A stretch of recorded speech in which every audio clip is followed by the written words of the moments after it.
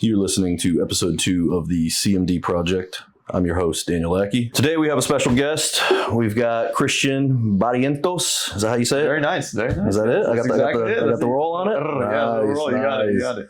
All right. Christian's a public adjuster. He's a fellow public adjuster, owner of a firm, POA Claims. Correct? Property owner advocates, yeah. Property owner advocates, yeah. Okay. They're based out of Miami, so welcome today, Christian. I appreciate you making the trip up here, man. How was it? It was good, man. It was smooth. It went smooth. Took a little airplane ride over here. It's quick. Within 30 minutes, we're already talking about it in the sense. So happy to be here, man. Beautiful. Have a good time. I appreciate it, man. So today, man, I want to touch on entrepreneurship. I kind of want to, I know we're buddies. We talk a lot. We've worked together in the past. So I know the product you put out is a good quality product, and just give the listener something entrepreneurship related, maybe claims related. So just tell me a little bit, man, I know we touched on this briefly in the past, but how did you get started? What led you into public adjusting? Because most people don't just plan to be a public adjuster when they're in school. Yeah, definitely. So actually, the first run-in I had with the field of public adjusting, I used to work at a marketing agency. And just before I left there, we picked up a client that was a public adjuster. So I was running their content, and, they were one of many clients. So the content we were running, it's kind of like subconsciously coming in. I'm seeing like, insurance claims, property insurance claims. Didn't really think much of it, but within a year into COVID, I got introduced to it by someone I used to train with. I do kickboxing, Muay Thai, and all that. So he got me into it, and basically, long story short, that relationship didn't pan out with the first company, and I broke out on my own. Got started with Property Owner Advocates, and we've been basically really focusing on connecting with other public adjusters such as yourself. So it's been a great ride. It's been a crazy ride, but it's been awesome. I really, really enjoy it. Nice. So tell me, man, when you first got into it, though, because public adjusting, it's a eat what you kill industry. Yeah. You don't get fed. Yeah. So how was your mindset going into that? It's because it's not, hey, I'm going to get a 9-to-5 job. I got a steady paycheck coming in. Right. It's, hey, I'm not going to make money for 8 months. Yeah. So what was that like? I mean, were you married at the time? No, I was not married. I've been with my wife for 8 years, so we were definitely together. But around that time, I've always kind of been in the entrepreneurial mindset ever since I graduated from high school. Basically, is when as I worked through the first couple of years of college, kind of truly bouncing around majors and not really finding what I wanted to do for the rest of my life, I kind of started to think more outside the box in terms of maybe it's a business I need to build. And I come from a family of entrepreneurs. My mom's an entrepreneur. She's had a freight forwarding company since I've been alive, so close to 30 years. Okay. My grandpa on that side was a very successful entrepreneur in Jamaica, where I'm half Jamaican. And he killed it. He retired at 40, bought a house in Coral Gables down in Miami, which is good neighborhood back then. $100,000, those are $1 million homes now. So we have a good background, and it's kind of been instilled in me in that sense. Moving into the public adjusting, it was the same thing. You kind of just have to get after it, be willing to put yourself out there. You got to be in public adjusting specifically, it's such a high level skill, I think, and multifaceted. You need to kind of know claims policy. You need to know a little bit of construction. You need to know a little bit of negotiation. You got to know sales so you can get actual claims, so it's a multifaceted approach. And I kind of knew that going in, and I had that experience, just from my previous pursuits leading up to it. Nice. Yeah. And I feel like that can kind of be applied to all industries, any entrepreneurship, whether it's public adjusting. I do agree public adjusting it's skilled, and I think we have the bar set low for entry. Yeah. I think we definitely need to raise that. I believe that too. But for any entrepreneurs out there that are, let's think plumbing. Maybe you have a plumber working out there that wants to start his own company. Yeah. Kind of the same thing applies, no? Yeah, no, at the end of the day, when it comes to the just general business, I think one starts with marketing. Ultimately, you're gonna have to be able to market yourself. The skill is a prerequisite, from the very beginning. You gotta be able to back up what you are preaching, right? If you're talking about, we're gonna do a great plumbing job, you better be able to perform. I think the market's pretty good at weeding out the shit talkers. I don't know if we can curse. But, Yeah, this is raw, man. We can okay. cuss, whatever you want to say, man. All right. So, I think that's kind of how that would work, but marketing is the lifeblood of any business. Okay. Now, if you had to put top 3, say you have an entrepreneur out there listening to this and they're ready to roll the dice on themselves, whatever industry it's in, what would you say that an entrepreneur taking that leap, top 3 things they need to focus on to be successful? Jumping right in, I would say number 1 is networking. Yep. I mean, the way we cross paths is just a testament to that. We joined not even a networking group. It's turned out to be something like that, but it's more of a mastermind. So just being growth oriented and adopting a learner's mindset, that made us cross paths. And we killed it last year. So networking. Second, I would say invest in yourself. Whatever that would be in whatever industry. If it's plumbing, you want to be as good of a plumber as possible and pick up whatever it is, reading books, online courses, certification. I mean, anything. Hands-on experience. Yeah, which is huge. I feel like you can only learn so much in the books and in the certs. You kind of got to get on the field as much as possible. For sure. And then third is marketing. I'd say those are the 3. Let me ask you, what do you think, man? You killed it. You absolutely killed it this year. I've seen you level up tenfold, man. So what do you think? What are the top 3 for you?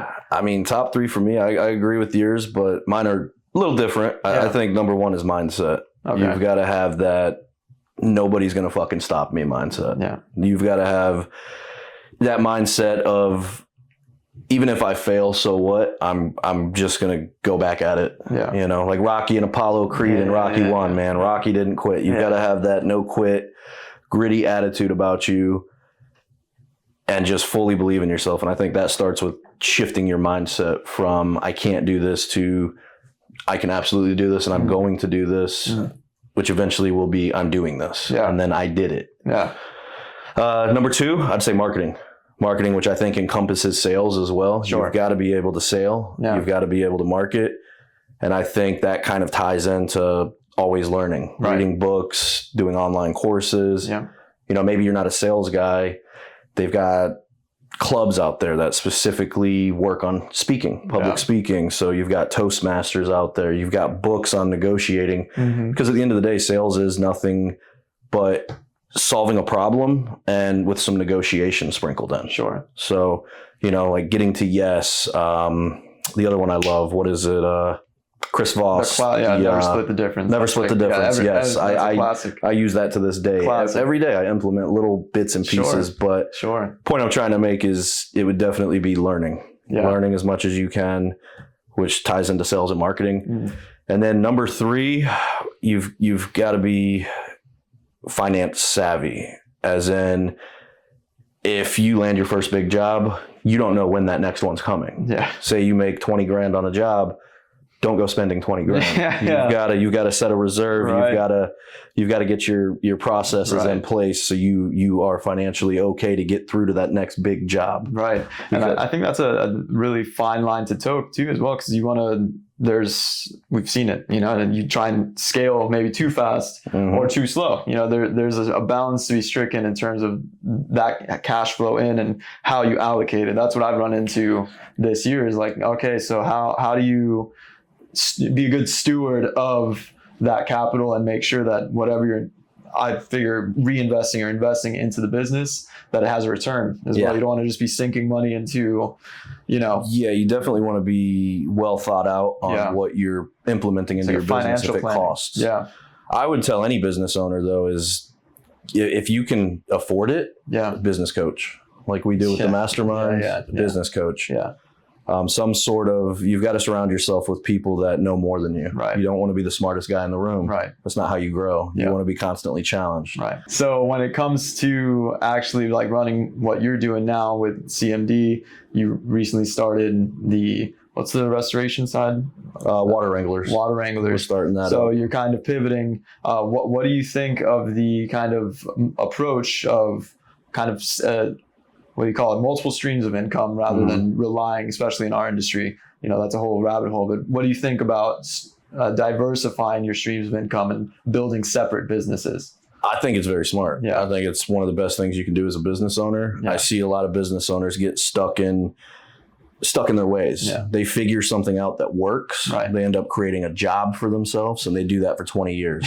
They're essentially working their own 9 to 5 for 20 years. They retire. Yeah. They sell the business. And, you know, I'm not saying this as some guru that's already done it, because I'm in the process of attempting to do it. Yeah. So scaling, I think, would be smart. And we had a good conversation about this last week with productizing a service-based business. Right. And we were discussing some ideas how we would do that. Right. I think that's a smart way to do it. So ebooks, like you were talking about, selling on your website, Right. Offering consulting services. So teaching people, even if it's not other public adjusters. Right. For example, with flood claims, I was thinking a lot of contractors, they're great builders. Mm-hmm. They know how to do the work. They're very hands-on. They know how to coordinate a job, but they don't know how to get paid by Get those FEMA. things approved. Right. Yeah. So maybe do some consulting for a few days, show them how to properly submit their documentation. Mm-hmm. And again, appraisals, scoping, networking, Right. not networking, but estimating. Yeah.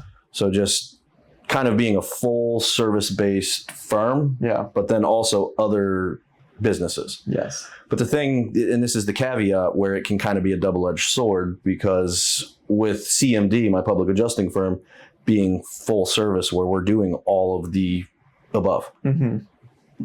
you only have so much time in a day. So now to run the water wranglers, I thought about it and I brought in a business partner. Nice. So that I can allocate time to CMD still, because I don't want to leave my baby behind to try to grow this. Right. This is the water wranglers is going to kind of be a slow burn. It's more of a cat team event is kind of what we're going for. Yeah. So if a storm hits, let's say South Carolina, Mm-hmm. I'm not a licensed public adjuster in South Carolina, You can go up. but I can travel up there and go help out in that aspect. Yeah. So what would you say though? Yeah, so I'm definitely of the mind that you need to diversify streams of income, especially in public adjusting. We've talked about it multiple times, kind of reading the writing on the wall. Yep. Things are getting hard. And it just, I think what that creates is a challenge for public adjusters that want to stay in the industry and you know, want to continue pursuing it. Challenges them to get creative, like we've been talking about with some of the different monetization models. And as well, I think it's ultimately for the better, because it'll purge kind of the quick money chasers, you know? So with that though, you definitely want to be able to, if public adjusting was something, you know, I actually had a friend reaching out, testament to just posting regularly. He messaged me, he said, "Hey man, I've been seeing your content. Past couple of years, I've been seeing, you know, what you do. Kind of understand, but you know, it might be something." He's in the military, and he was saying it might be something that he wanted to do when he gets back. And he was like, how do I break into it? And I straight up told him, I said, look, if I could go back and do it all over, I would actually start as a IA, independent adjuster, work for the insurance company for a couple of years. Yep. Couple benefits to it. Number one, you still got to get deployments, which I think is, you know, grass is always greener. You know, you got to chase deployments and get lined up with an IA firm and get those jobs, right? So it's not just easy either. But once you get that going, after any CAT event, you go to any state and you're able to work, right? So you're going to get a little more guaranteed money before, other than as compared to public adjusters. Number two, you're going to get that experience. You're going to get that actual real world experience against working for the insurance company. And then from there, if you want to make the switch, you'll have a lot of hands-on experience. You'll have a lot of insight, and you can become a public adjuster, no problem. You know, so that was for diversifying different streams of income. There's a bunch of different ways, and I've been seeing more and more. You know, I'm kind of more of an enthusiast at this point, but I'm kind of on the train of AI, and I see that being the next big thing. You know, like it's going to be whoever, as companies start to establish themselves as whatever consultants or products or different agents, I think that's the next big opportunity. And I kind of have an eye on the horizon in that sense. I'm trying to think what is coming down the next 5-10 years and how can you position yourself to kind of proof yourself from the future. Because I think AI is going to change shit, man. It's going to change a lot of things. And if you can capitalize on it, you should try to. Yeah, I think it's either one of those things you adopt and use and implement, or you're going to get left behind. Yeah. It's like the .com boom. Yeah. Those businesses that didn't create a website, didn't get an online presence, probably non-existent today. Yeah, and not for nothing, there was the dot-com boom, and then it turned out to be a bubble because there was so many companies that people were buying domains like it was real estate. You wanted to just have a whole bunch of domain names because you could sell them if you had a good, right? And then it blew up. But obviously the internet it wasn't that wasn't the end of it. The internet continued on, and it's changed everything. Yeah. There's a pre and post internet era. It's definable. I think we're going to have a pre and post AI era for sure. It will be marked. I think so. Yeah. I think so. Now back to multiple streams of income. Yeah. I understand you got your real estate license. Yes. Yeah. So I'm what also are you planning with that? What's kind of your game plan? Are you still trying to scale POA? Or yeah. just trying to implement the both? Yeah. So with the real estate, I figured, it's like Florida's getting difficult with insurance claims. So I think there's still always going to be opportunities on that side of it. But I wanted something where I could, as I continue to scale POA, which I want to do long term and just have that be, that's my baby, real estate is something that, being licensed in Florida, I can do, not necessarily dependent on, let's say the laws aren't fluctuating as much as they do for insurance. The real estate laws, there was one recent big change that kind of shook everyone up before I was even licensed anyway. So I don't know the difference. I wasn't practicing before then. Yeah. But as a public adjuster, laws are changing every year. So it's a little harder to scale that way in this state. So real estate is that fail safe where it's a professional license that I can kind of bank on in that sense. Still takes work. It's the same amount of sales. It's a very outbound type of job or career, but at the end of the day, the clientele line up as well. You have dealing with property owners at the end of the day, or prospective buyers, sellers, investors. There's a lot of overlap, and I think those basically just go hand in hand. So that was the logic behind getting the license. Actively, still promoting and pursuing POA, and a lot like how you've explained, trying to make it more like a full suite service, not just the public adjusting kind firm. of a la carte. Yeah, depending on what you need, and there's a lot of different ways that looks, and just apart from even the public adjusting side, there's so much that we can do with not just our license but our experience that is of service to other public adjusters, attorneys, even property owners. If you product and package that, you can give, you can deliver a claims package to a property owner and say, hey, this is for however much you set that price point. We say, look, this will be your public adjuster in your hand, and if you want further consultation, we can be in touch again, and so there's just so many ways that you can productize and diversify there. So I'm exploring that actively and trying to get creative. So yeah, that's kind of what led me into real estate, though, is just wanted to diversify while keeping similar audiences, similar clientele. Sure. And I feel like there's no hindrance to it. It's only going to grow your network. Yeah. There's nothing but benefits to having a large network. You getting what you put out, same as public adjusting, so it's not like I'm jumping ship or anything. It's going to be kind of both are developing at the same time. Yeah, I hear that, man. I hear that.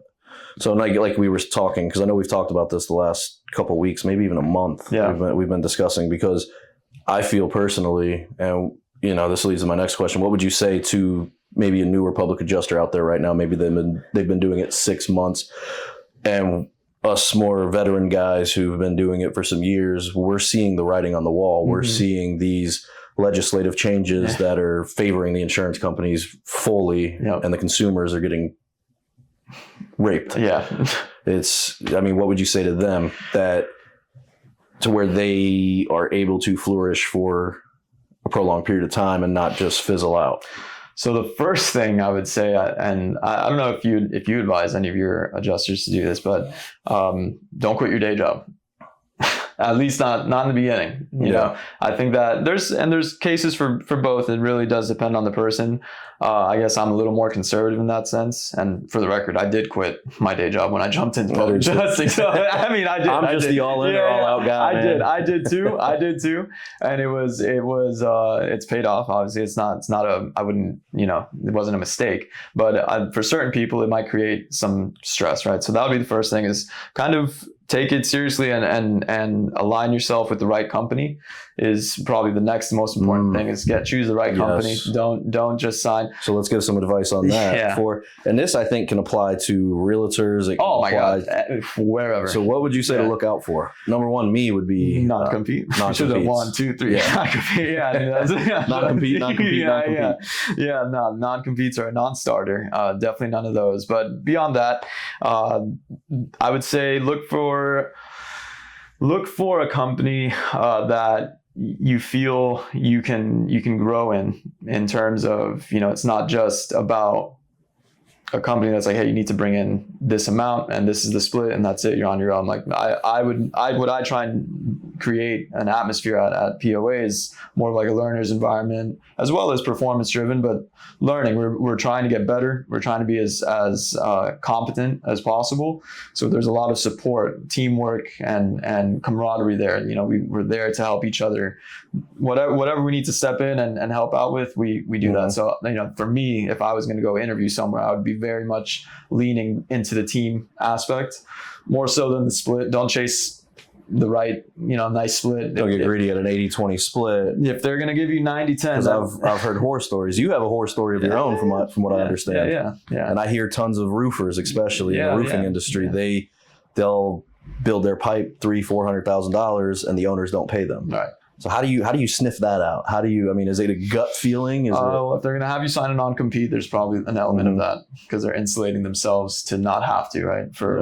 So there's that. There's going to be little tells like that where, you definitely want to interview. I've had a couple of veteran insurance adjusters that are making the switch to public adjusting, people that want to start. I've had plenty of people reach out and I've spoken to them and I always encourage them at the end of the call. Go talk to a few other firms. Yeah, let's make sure. I'm not. So that's another thing. If you speak with someone, an owner, or an interview, whoever, and they're trying to get you right there on the spot, and kind of like it's the same way they're going to be a little too excited. Yeah. Like, come on, sign right here. We'll get you out there. We're going to make a lot of money. Quit your job. You're going to make 6 figures first year. That is. I think a telltale sign right there is if they're sugarcoating it. Everything's great over here. No. No, it's not. I tell them it's going to be hard, man. It's going to suck. It's going to be hard. It's going to fucking suck for a year. Easy. You're not going to make any. That's what I tell people. You're not going to make shit. It's going to suck. Yeah. You're going to hate it. Yeah. You're going to question it. If they still want to do it after that. Okay. Yeah, I probably turned a few people off to it, but for honestly, probably all the better for them and all the better for the industry because we don't need more. What I think, in my opinion, what got us beyond the fuckery that's happened on the insurance side and all that aside, on our side, there's what led us to this point that we contributed to was that. The money chasing like that, if that's where your heart is at in this, you're kind of doing it for the wrong reason. You got to do it with service in mind. The money comes, but if you're just getting into this for the money, that's what leads us to where we are. Speaking of money, it's funny, man, because I remember from right out of the gate out of high school, I wanted to do nothing but chase money for myself. Yeah. Never really obtained a good amount of it. Until I started doing it for other reasons. Shift your mindset. Started making money not for myself, not for what I can do for myself, but what I could do for my family. Right. Once I had my daughter, and that changed. I'll be honest, that really is when I started making great income. Yeah. So I agree, though. You've got to have other reasons. I mean, money's great. Let's not lie. But it's not an end. It's not money for money's sake is what, I think money's just a tool. It's a tool, It's a tool. You can't worship it. It can't be your idol. I think the most important thing is our time. Yes. You use money to buy time. Because time's finite. Yeah. You don't get any more of that. So much, you can always make more money. Yeah. Right. Right. Go on time that with trip. Your kids, time with your family. Right. It's ever fleeting. Yeah, man. Yeah. So, and then also one thing I love about our industry in particular is we truly do get to help people. Yes. So, yeah, it's rewarding, man. We can do a whole deep dive on this, but we see some crazy shit. You see some really crazy shit after these CAT events. People, that's a whole nother, if for nothing else, to come into this with the right mindset and the right approach, you're dealing with people. It's not like they got into a little fender bender or, you know, a lot of the times, actually the bigger the claim, a lot of the times it's the more catastrophic, the more traumatic it's been. Yeah. You know? So it's rewarding in that sense, because we're able to actually, if we're coming at it the right way, we're able to contribute to that process and make sure that the property owner is taken care of. And, you know, it's as it's maybe more stressful for us, but as little stress for them as possible. So we kind of bear that stress for them. And I mean, how many times are you calling insurance companies a day to check in on? Oh, dude, I have an office. I have office admins that do that, but daily. If I'm sitting on the phone all day, I can't run the business. Yeah. I mean, I call myself, but we have team members. That's their full job. That's their job, is to call on claims. Because they're not answering. You know, it's so call on claims, send emails, send follow-ups. Yeah, it's not we just sent it off and we heard back from today. Like, no, you're following up on the daily almost, you know, for certain claims, because it's. Well, I remember when I was a one-man show, back with Hurricane Ian, I picked up so many claims, and I was working the scope, the estimate, A to Z, the desk adjusting. I was a one-man show. I didn't have an admin. I didn't have other public adjusters at that time. And dude, it was 12, 15, sometimes 16-hour days of just and if you had an inspection or re-inspection or whatever. Engineer inspection. Yeah. So, well, let's talk, man, because we're, you know, now that we're talking on the difficulties of dealing with the insurance companies, let's talk about this past storm with Helene and Milton. What are some of the difficulties you've seen on this, especially with these flood claims? A lot of it was floods. Yeah. Let's call a spade a spade. You know, as public adjusters, we have a bad reputation. Yeah. And as an industry as a whole. Yeah. I hear people talking shit about public adjusters all the time. Oh, they're fucking worthless. What do you say to those people? You know, what do you say to those homeowners who don't feel they got maybe the service they anticipated?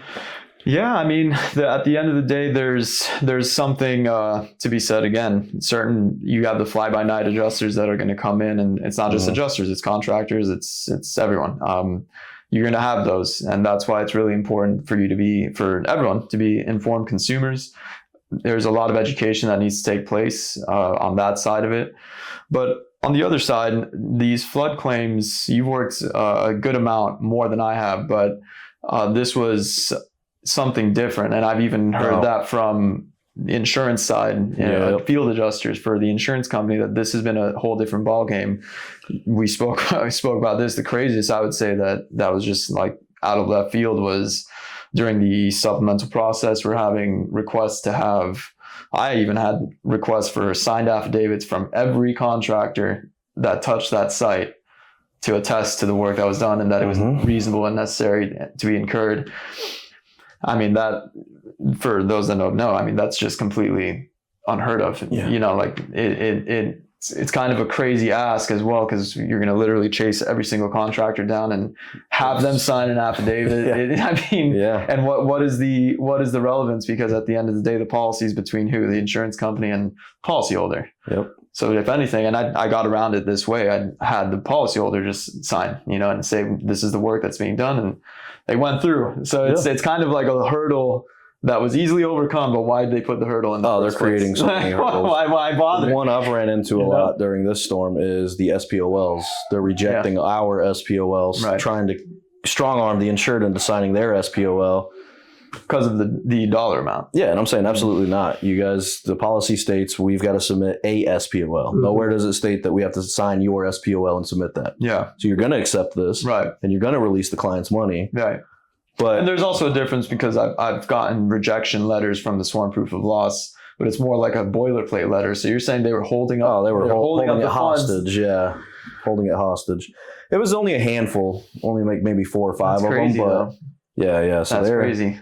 And they're just creating more loops, man. More hoops we have to jump through between 2022. Okay. Yes. Yeah, huge contrast between 2022 and 2025 with getting these supplements approved. Yeah. And the homeowners, they're not getting the service they paid for with the flood, because it's FEMA, it's federal. Right. So they don't care. Yeah. Their whole thing is, all right, go ahead, sue us. And then no attorneys are going to sue them. Yeah. It's very hard to find one that's willing to. They have appraisal on the policies, but those are they got no teeth almost. They didn't, yeah, no teeth. If you didn't open coverage for something, right? They can literally just say we're denying coverage on. Sure, you wrote an appraisal award for this, but all right, we're not honoring it. So that isn't new, but that it's just a lot on the flood side for FEMA claims. Those are just very difficult as well. I mean, there's a tie-in, and as I get more knowledgeable in the real estate side of things, I'm going to definitely start tying them together. But there is an association with it because I mean, and you live here. How now almost a year removed? How are things with the whole 50% rule? Have people just been deciding to sell? Are they rebuilding? I've had a handful of clients that are just selling as is. Done. Yeah, selling as is. Paying off their mortgage with the flood claim, depending. Right. Selling the property as is and relocating. And probably 5 or 6 clients that are doing that. Wow. So it's sad, man. How many of them lived here? Catastrophic event comes in and your life's thrown away. You got to go restart now. Yeah. You think that, hey, I'm paying these premiums. Hey, cool. I get $250 up to $250. I can rebuild my home. Well, wait a minute. No, you got to tear it down. And rebuild. tear down and rebuild. 250, even up to 250 is going nowhere. Let's go generous. Let's say they had 250 in cover in the structure and then another 100 in contents, let's say. So even then you got 350 to work. What are you going to rebuild for 350 these days? A fucking box? Okay, fine. You rebuild. Let's say you went into debt to rebuild because it's not enough. You wasted all that, or not wasted, but you don't now have any recovery money left to recover. And you're in the hole. Yeah, you're in the hole, and you can never. So best case scenario for a lot of them is, let's say they owe $300,000 on their mortgage. They take, if we get them, let's say we get them $200K for their claim. Right. Pay off 2. They sell the property itself for $400. They take 100 of that, pay off, and then they're walking away with, I don't know, 2 and some change after closing costs, real estate fees. Yeah. So, and then they take 2 and go put it down on another house somewhere else, and fucking, what kind of recovery is that? Yeah. And so with how that's been working, how have you been trying to advise in the actual supplement process? How have you been? Well, it's a thin line because as public adjusters, we're not attorneys. Sure. So I'm always very careful with what I say. Yeah. I'm not going to give legal advice, and I don't want to speak on something with the 50% rule. That's permits, polling. That's the city very themselves. It's. I mean, we're familiar with it. We're knowledgeable on it, but it's a lot of times beyond my scope. Yeah. It's I handle the claims. Yeah. So, and this is the first time since we've been doing business that I have some clients that just aren't too happy. Mm. And I don't know about you as a business owner, but if I have an unhappy client, I lose sleep. I lose sleep at night, dude. Yeah. I mean, and I know your work. I know your work product. And this is what I explain to clients that I run into, that, it just happened not for a flood claim. It actually happened on a water claim.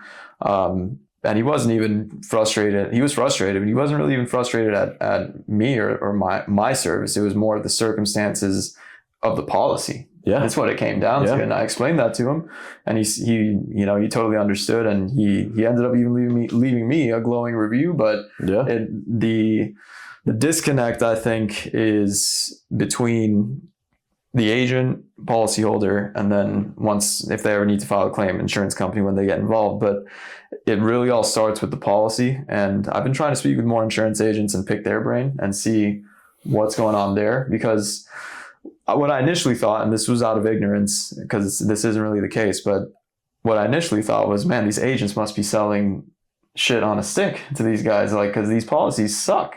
They do. How can you as an agent be selling that policy? But what I've come to realize is, the flip side. Yeah. So number one, they're restricted in terms of the policies that are written here. So there's only what they can offer. 1, 2, the policyholder's like, I don't want to pay that much in insurance. Yeah, rightfully so. I mean, and yes, but you're kind of, in my opinion, you're exposing yourself. The savings in your premium aren't going to amount to the exposure that you have in the event of a loss if you're cutting corners with your premium. In my view, it's almost worth. How much higher can these premiums go before it's just more beneficial to self-insure? Get a basic fire policy. If my house burns to the ground, I'm covered. Pay a lower premium, and the rest of it I'll self-insure. Sure. When is it? That's insurance market screwed here. Yeah, it really is. And I don't know if you saw. I think it's Slide. You're gonna love this. CEO, right, got a $25 million compensation package. Sounds about right. And the CFO or some other C-suite, you know how much they got paid? How much? 25. About 50 million in bonuses. You want to hear the best part? What's up? They're married. Isn't that fucking awesome? You gotta love that. You gotta love the corruption. You got to love it. Yeah, man. So I mean, I try and take it from a balanced view, and again, call spade a spade. There's bad actors. There's bad actors in every industry, though. So you can't just. I mean, it's like a red herring. It's not it's a fallacy. You know, there are bad actors, yes, but when you look at the other side, you know, so I'm more than willing to admit that we need to do better on our side. Oh, absolutely. On the flip side, insurance companies they're kind of crying, you know, bankruptcy and all of that, and that it's so hard for them. But there's a disconnect because your executives are making pretty penny, and sure they deserve to, but you can't be saying both. You know, it can't be that we're getting very nice compensation packages, but we're also not able to pay claims. Yeah. And only point to the bad actors in their opponents. You know, it's this is a lot of pointing fingers in general in this industry. Yeah. And that, to go to what you said is bad actors. Yeah, we have a bad stigma, and I think what could eliminate a lot of that is setting the standards from day one with the clients, being completely truthful and honest. I see so many fucking PAs out there that their whole shtick is, I'm going to get you 100 times this, 100 times, I'm going to maximize it. That does not transition to FEMA claims. Because there's a lot of PAs, they don't have experience with FEMA claims. Right. The first ones they ran was this year. Yeah, right. That's not how FEMA works. Yeah. You're not going to maximize their claim on FEMA. Not. Sure, you can make sure they get everything they're entitled to, because it's a dollar for dollar policy. Right.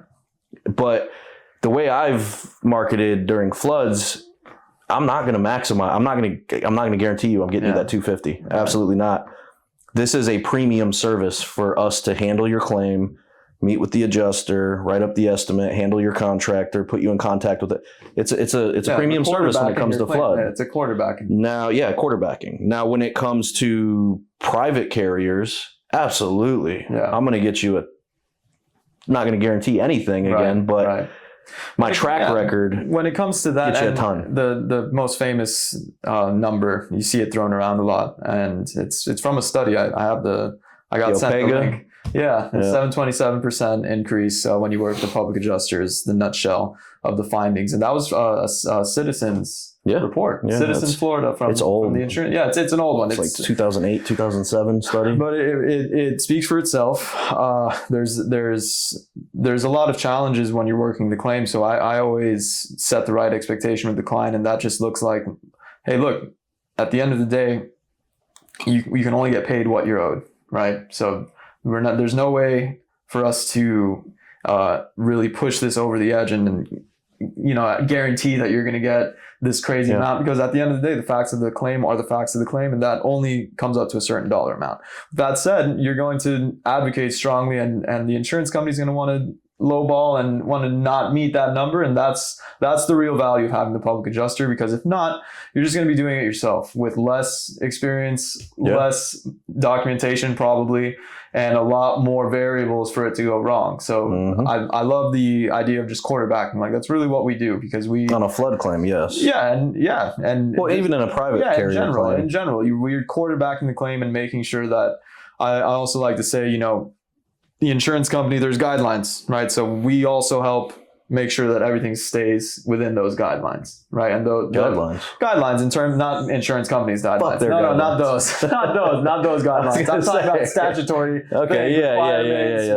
The 7 days to respond. All that stuff. So we're holding them accountable to those standards, would probably be a better word, and making sure that the claim is getting processed efficiently and there's no undue burdens or holdups. Sure.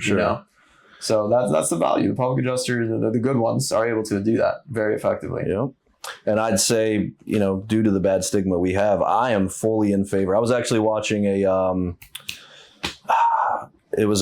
a podcast. It was Steve Badger and Chip Merlin. That was awesome, man. That was a good one, man. Yeah. And I fully agree with them on we need to raise the bar for what it takes to become a public adjuster. What does that look like? That's the tough one. That's the tough one. And neither of them really had a solidified answer for that either. Yeah. I would say, just throwing my 2 cents there. I feel like one would definitely come down to I don't know. It was strange going in, and there's lower standards actually. Real estate is even easier in a sense to get through. Test is harder, but there's no apprenticeship, for example. Mm-hmm. With public adjusting, there's that 6-month apprenticeship. I have a unique experience. Where I started was different. It was a different experience. So, I'm biased in that sense. I do think though that a 6-month apprenticeship at the right firm could probably be very beneficial, but no matter how you split it, 6 months is a short amount of time. It is. And insurance claims are complicated as shit. Like things are always changing. Things are changing. I mean, the compared to real estate, it is kind of evergreen. Real estate transactions are complicated, but kind of cookie cutter. Kind of follow. Yeah. There's always all these things that happen within, but there's no crazy, hiccups that change case to case. With an insurance claim, it's also what I love about it, but it's every single thing is different. Every claim is different. Yeah. I have, we'll talk about it off camera in more detail, but I have a claim where, 2 claims where they're neighbors, different carriers. One carrier, because they have an endorsement in the policy for a matching limit, right? They, on their estimate for that house, they bought the roof on the estimate. So you have the full itemization, all the squares, everything. But the payout, because of the matching limit, which they enacted, the payout was, maybe $3,000. But on the estimate, they're opening coverage for the replacement of the roof. They're just using that policy, right? Well, now it's on the responsibility of the homeowner to replace the roof. So, this same hurricane, same storm, next door neighbor, different carrier, no matching limit endorsement, but they ultimately they issued like a below deductible letter, no coverage for the roof. So explain that to me. Who's wrong? They're just finding different ways to deny coverage. Who's right or wrong? Minimize. And I would lean more towards the company that opened coverage on the roof, because they're not in the business of opening coverage for things that they wouldn't or that they shouldn't. Yeah. Right. So if one company's opening coverage for the roof, but it just has a policy shortcut to not really pay the full roof, fair enough. But you're admitting that there's coverage and there's damage to the roof. That means that the carrier next door is full of shit. Well, and their excuses, and I hear this, and it's just an insane. Well, wind is weird. Wind can hit here and not hit here. Hail can, but they're right next to each other. Yeah, it's like they're within 10 feet of each other. Yeah, there's no way. Yeah. So so they do it to cover their ass. Right. Well, we did our job. We investigated the claim. Right. We opened. We extended coverage. Unfortunately, it didn't meet their deductible. Yeah. So we're not paying them. Yeah. Fucking schmucks. Yeah. It's a challenge, man. It's how do you see it? What do you see for Florida as a PA in the future? Yeah, 10 years. Go 10 years down the road. Man, that's tough. I've been thinking on that a lot, and that's kind of why I've started a la carte service, where, hey, you don't want to hire me as your PA, you don't want to give up that 20% or 10%, whatever it may be. Fine, I'll come out, I'll estimate, I'll scope, I'll put a package together for you and charge you a flat fee. There. Oh, you don't want that? Okay, cool. I have an ebook for $200 on my website. Yeah. It'll walk you through the claims process. Yeah. Go by that. At least it's $200. You're going to arm yourself with knowledge to get through the claim. Yeah. If you apply it properly. Right. If it works for you, fantastic. If it doesn't work for you, call me. We'll take off that $200 of what you've spent. Yeah. So I see it where you're going to have to think outside of the box. I think what's going to happen, we're in the younger generation of public adjusters. You're going to have, I'm just predicting here, but you're going to have the older guard holding on, and maybe not even older guard, but just wrong mindset guard, locked in for that percentage, and they want that 10, they want that 20%. And I think that, it's at this point, not even 10 years from now, at this point, that doesn't even make as much sense for 10K water damage limit. Like, what are you going to get on that? So you have to be willing to not say, I'm never going to charge a contingency or percentage again. No, it's just, you got to present options. It's not. Well, in Louisiana, I don't know the exact way it works, but from my understanding, it's an hourly, correct, or a flat fee. Yeah, and I haven't worked any Louisiana claims. I only know. I've just heard whispers. Bear. But I would venture to say, if we're just being honest, that hourly always will somehow equate to that 10 or 20%. I'd imagine so. If you did a study on it, it probably would be pretty damn close. Yeah. So, and if you can justify it, that's fine. But I think adopting that, because you never know. Maybe that hourly model comes to Florida. Yeah. So you should be prepared to kind of, for this, I feel like you just get ahead of it. Yep. What do you see on, and if you overcorrect, that's better than undercorrecting in that sense, because you can always go back. If you see like, 10 years from now, it's not that bad, and you can actually still, okay, great. You've just diversified, but you can lean more into your contingencies. But if you just go, no, I want my 10 or I want my 20%, I'm not going to, that's what we do. In Florida, it's going to get very difficult. I think it boils down to this, man. Law 48, be like water. You've got to be adaptable. Right there. Yeah. 48, be like water, man. You've got to be adaptable. Yeah. I think the next few years are going to suck. Yeah. I don't know about other PAs, but me personally, I'm becoming more picky, more choosy with the claims I do work. Yeah.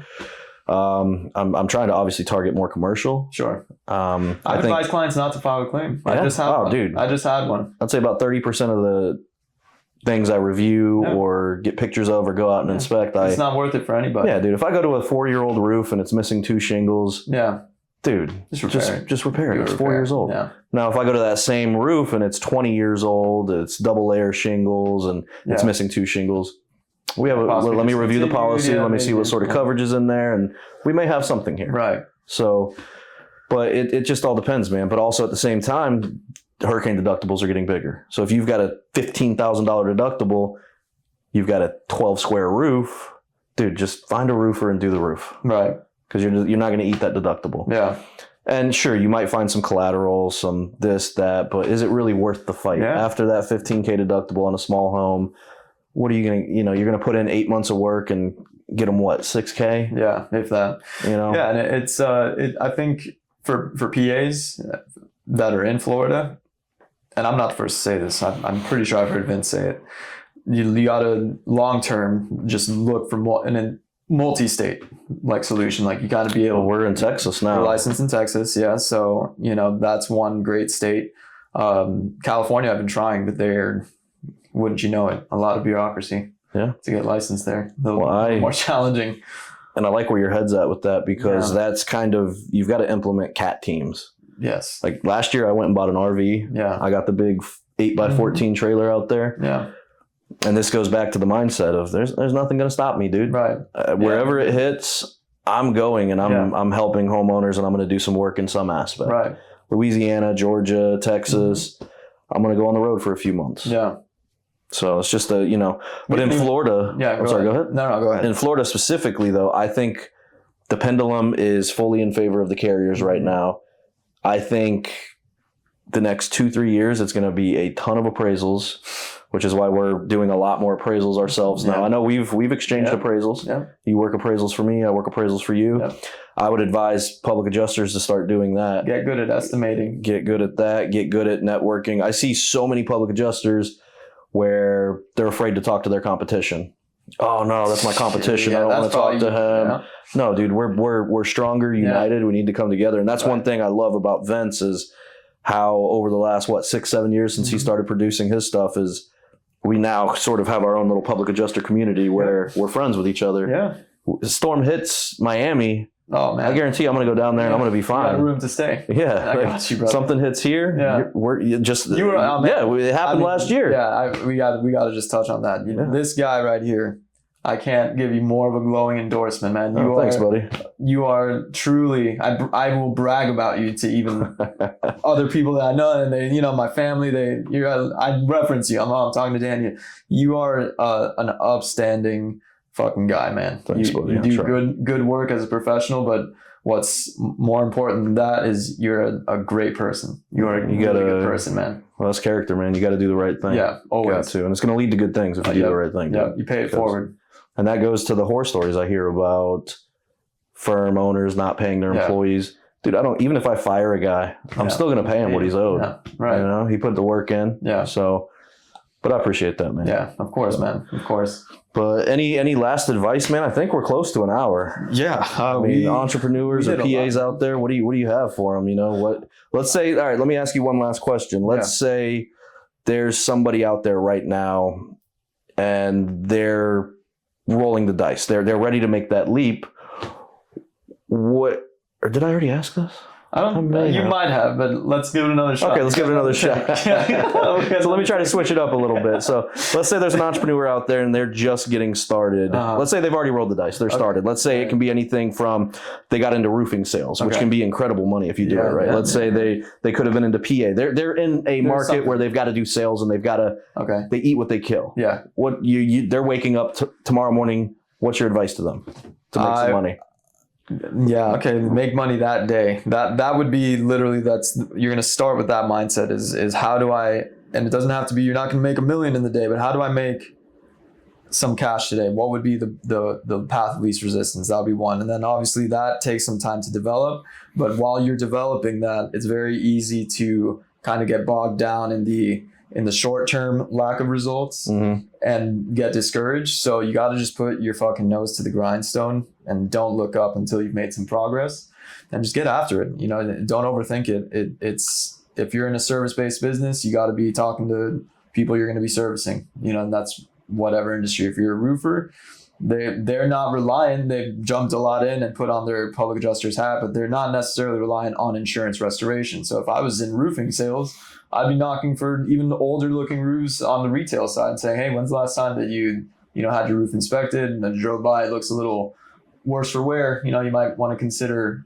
possible, you know, so there's outreach that you need to do regardless of the industry. So just getting out there, cold calls, knocking doors, prospect. We're in 2025 and I know those sound so old school, cold calling and knocking doors, but those have been great for me. They're effective. But putting content out, just putting yourself out there. Yeah, well, we're doing as well. Yeah, and these days, you know, authenticity is what sells. You know, we could have come on here with a script and we don't even have a list of topics. We're supposed to send you questions. Well, we talk all the time, dude. Yeah. No, you're good, brother. You're good. Yeah, we talk all the time. We could have done that. We could have, been sitting upright but that's phony, man. You got to be real. These days, you got to be real. Absolutely. Those people perform the best. For sure. So, hungry and real. Hungry and real. Let's I'm hungry. Narrow it down to that. Hungry? Let's go get some lunch here. All right. Well, shit. Before we wrap it up, man, I know you're big into music. Yeah. I know that you play the drums. I do. So I did get you something, brother. Oh man. What did you get me, man? I hope you like it. I'm sure I will. Got you Nirvana's no way vinyl record. Daniel. You got a record player? I'm about to. Now you got to buy one. Buy one, yeah, man. Oh my God. What is the drummer Grohl? Right? Dave Grohl. You like him? I love him. Perfect. I mean, I love Foo Fighters. Is his band that he started. Nice. We lost the drummer for Foo Fighters a couple of years ago. Man. Yeah. But Daniel, I came empty-handed, man. You're good, man. You're good. Shit. Well, I need to have you on my podcast. For sure, brother. I will love to go to Miami for a night.